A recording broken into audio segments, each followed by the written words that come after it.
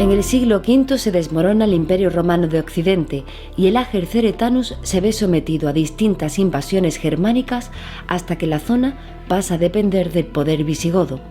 En este contexto de inseguridad y de ruptura comercial con la metrópolis, las antiguas civitas romanas se van despoblando hasta su desaparición, mientras que la población se dispersa en torno a grandes explotaciones con funciones agrarias y defensivas, los vicus. En el siglo VIII se produce una batalla dinástica por el reino visigodo entre el rey Don Rodrigo y los hijos de Witiza, el anterior rey. El gobernador bizantino de Ceuta y aliado de los hijos de Witiza, Don Julián, con el apoyo de tropas amazigh, cruza el estrecho para enfrentarse al ejército de Rodrigo. La batalla tiene lugar a orillas del Guadalete en el año 711. En la contienda, el rey Don Rodrigo muere y las tropas mercenarias de los opositores, vencedores de la batalla, recorren sin graves problemas los campos de la Bética. Con la caída del dominio visigodo, los campos jerezanos inician un periodo de 5 siglos en los que vuelven a conectarse con el mundo económico y cultural del Mediterráneo oriental. El resultado de este reencuentro se llamaría Al-Ándalus.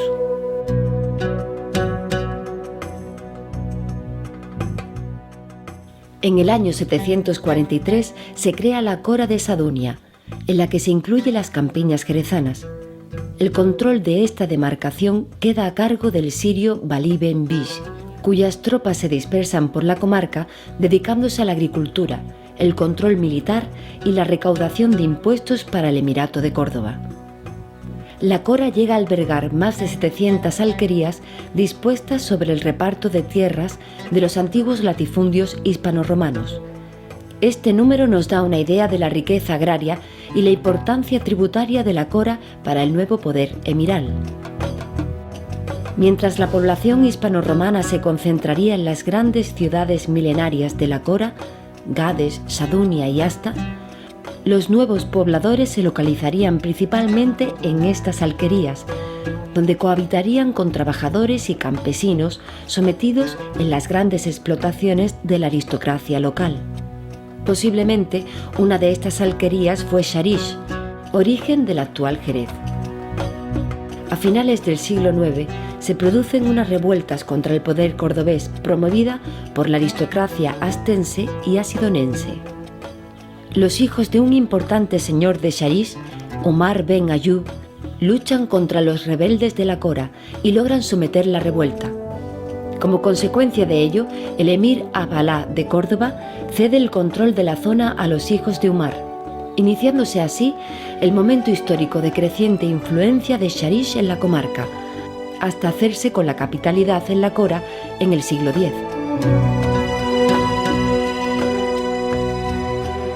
Más allá de la influencia política de las élites sharishíes, su hegemonía en la Cora se basó en la riqueza agraria de sus campos. Campos de cereales, olivares, viñas e higuerales, junto con el pastoreo de ovejas y cabras, constituirán el paisaje de Sharish andalusí. Las crónicas de la época nos transmiten un entorno agrario rico y alegre de verdor, que contrastaría con el entorno. Ahmad al-Razi, en el siglo X, así nos habla de Sharish. Et Serez Sadunia es nombrada entre todas las ciudades de España, et en ella a todas las bondades de la tierra et de la mar, que si vos yo quisiese contar todas las bondades de ella, et de su término, non podría.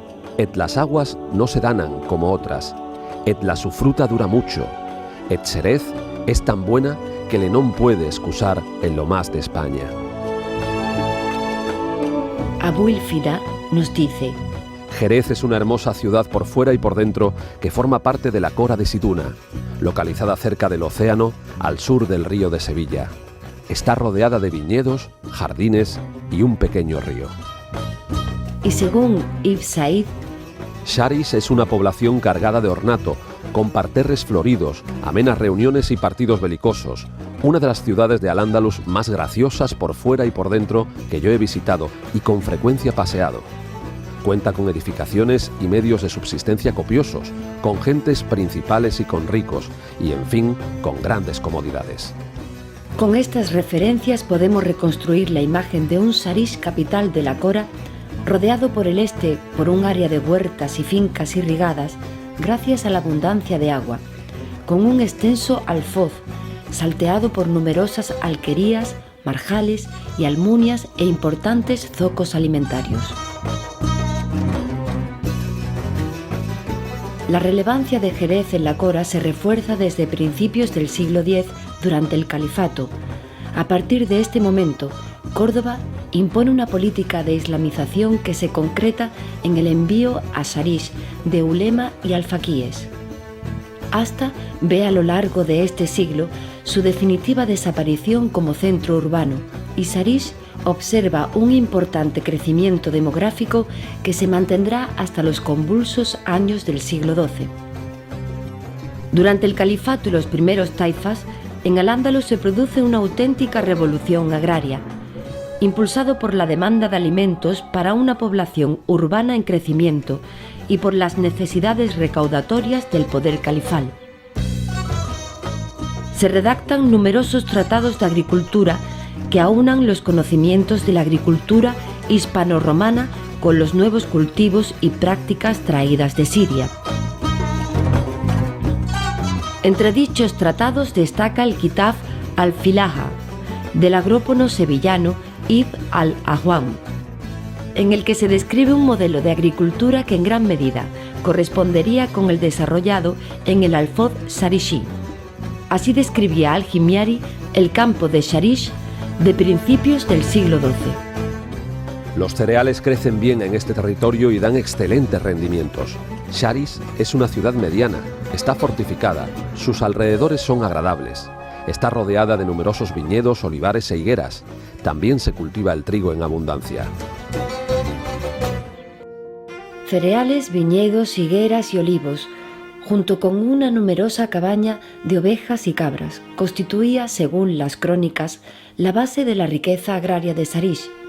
A pesar de las prohibiciones coránicas, el cultivo de la vid se mantuvo en la ciudad a lo largo de la historia de Al-Ándalus, permitiendo su continuidad histórica desde el período tartésico. Este viñedo se localizaría en el entorno más cercano de la ciudad amurallada, y no se trataría de explotaciones especializadas como las actuales, sino que el viñedo se integraría como una fruta más dentro de la explotación de regadío con huertas. A estos viñedos hortenses se les denominó Carm, de donde procede el nombre de Carmen.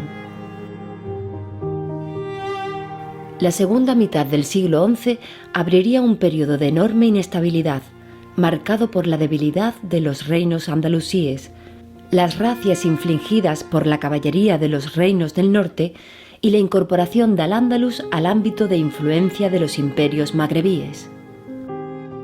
En 1145, tras el debilitamiento del imperio almorávide, el gobernador de Sarish, Abu al-Gamar, se constituye en el rey de la taifa Sarishi.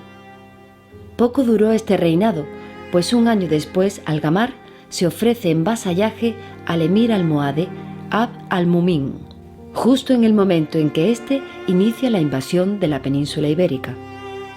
Con la incorporación de Al-Ándalus al imperio almohade, Sarish adquiere una mayor relevancia como centro político, económico y militar del sur de la taifa de Sevilla. La ciudad se militariza, se refuerzan las murallas y se construyen nuevas estructuras defensivas, a la vez que se convierte en una plaza importante en el suministro de soldados, caballos e impuestos para el poder almohade. Sin embargo, el hostigamiento de los ejércitos castellano-leonenses a las poblaciones andalusíes se acrecienta. Ya en época de Alfonso VI, tropas leonesas habían alcanzado las tierras sarishíes, arrasando con campos de cultivo y alquerías. El campo, ante tanta violencia, se despobla y solo se mantiene la actividad agraria en el entorno de la ciudad amurallada. Más allá de esta zona, la ganadería, por su movilidad, domina sobre la actividad agraria. Este abandono del campo afecta, de manera más cruda, a las vegas del Guadalete, que ven cómo se abandonan sus huertas, marjales y alquerías, siendo sustituidas por tierras adehesadas para el pastoreo. Esta situación se prolonga durante todo el siglo XII y XIII, cuando la taifa sevillana pasa a manos del rey castellano Fernando III, y Sarix, después de pactos de vasallaje y revueltas, es conquistada por las tropas de Alfonso X después de un largo y duro asedio que acabó con olivares y viñedos. Tras la conquista de la ciudad en 1264, su población fue exiliada y las tierras del Alfoz repartidas entre los caballeros y soldados que tomaron parte en la batalla. Desgraciadamente no se conserva el libro de repartimientos del rústico jerezano, por lo que se desconoce cómo se produjo este reparto de tierras. Sin embargo, es probable que gran parte de la población campesina, los felá, se mantuvieran desposeídos de tierras, al servicio de los nuevos señores. La pervivencia de numerosas toponimias andalusí en los campos de Jerez así lo atestigua: Macharnudo, Guadabajaque, Chipipí, Moravita, Gibalbín, Guadalete, Torrox, así como la transmisión de toponimia de origen romano como Balbaína o Caulina, atestiguan la continuidad de la población campesina en los campos jerezanos tras su incorporación al reino castellano. Los habitantes de las alquerías jerezanas pasaron a constituir la mano de obra de las nuevas explotaciones.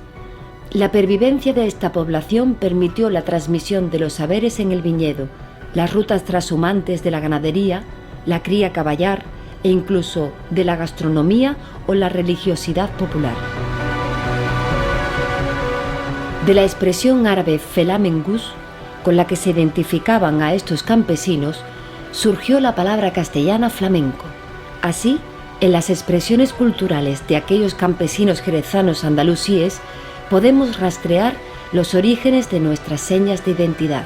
Y quién sabe, a lo mejor en el siglo XVI, cuando se inicia el comercio de vinos con Inglaterra, los viticultores aún seguían llamando a la ciudad Sarix, y de ahí el nombre de nuestros vinos.